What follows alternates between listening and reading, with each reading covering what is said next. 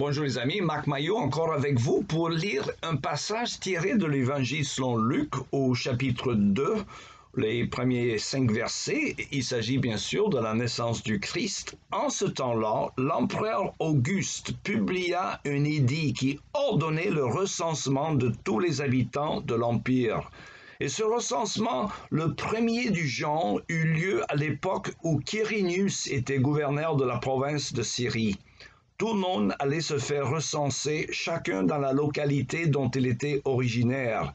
Et c'est ainsi que Joseph, lui aussi, partit de Nazareth et monta de la Galilée en Judée, à Bethléem, la ville de David. Il appartenait en effet à la famille de David. Il s'y rendit pour se faire recenser avec Marie, sa fiancée, qui attendait un enfant.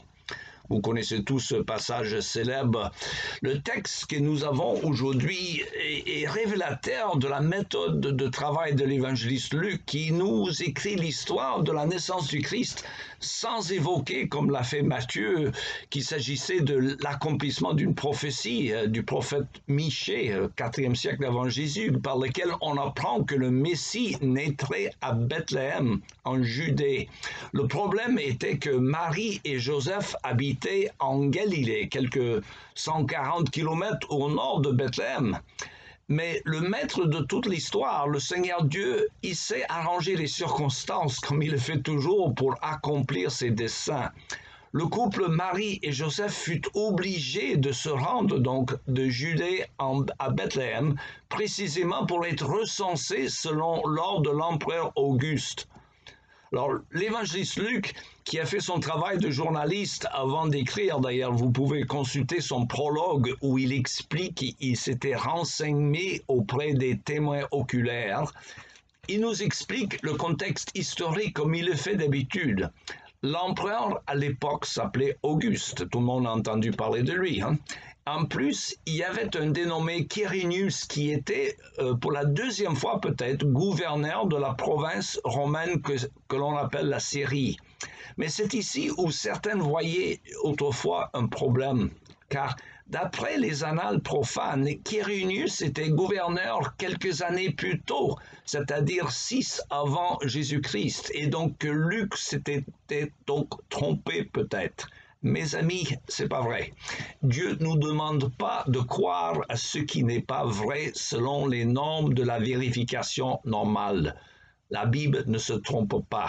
S'il y a parfois des difficultés à réconcilier certaines affirmations de la Bible avec des annales profanes, c'est que parfois nous manquons tout simplement de renseignements. Alors les exemples sont nombreux, mais restons sur l'exemple de Quirinius. Nous apprenons par le biais d'une découverte archéologique assez récente, d'ailleurs, une inscription que l'on appelle le Lapis Tibernitus, que Quirinius avait déjà exercé ses responsabilités militaires dans la région quelques années auparavant. Nous savions déjà que cet homme était devenu légat impérial pour la deuxième fois vers l'an 6 après Jésus-Christ. Il était donc d'abord légat de la Syrie, chargé des questions militaires vers l'an 6 avant Jésus-Christ, comme nous l'apprend la note d'ailleurs dans la Bible d'études dite Semeur. J'espère que vous avez tous une Bible d'études. Moi, je reconnais celui qu'on appelle le Semeur comme le meilleur en français.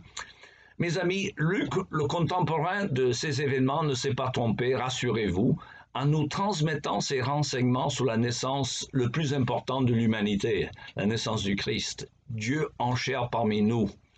Et Dieu ne nous demande pas non plus, mes amis, le suicide intellectuel pour croire en lui. Au contraire, l'Évangile insiste partout sur la véracité historique des faits qu'elle annonce. L'évangéliste Luc est particulièrement prudent pour situer tous les événements qu'il raconte dans le contexte historique, comme son prologue et les premiers versets du chapitre 3 nous le démontrent. D'ailleurs, le grand archéologue juif Nelson Gluck a lui-même dit, et je le cite, « On peut affirmer catégoriquement qu'il n'y a jamais eu aucune découverte archéologique qui ait contesté une référence biblique. » Voilà mes amis, c'est tout le temps que nous avons pour aujourd'hui. Il me reste qu'à vous souhaiter une bonne journée et un joyeux Noël.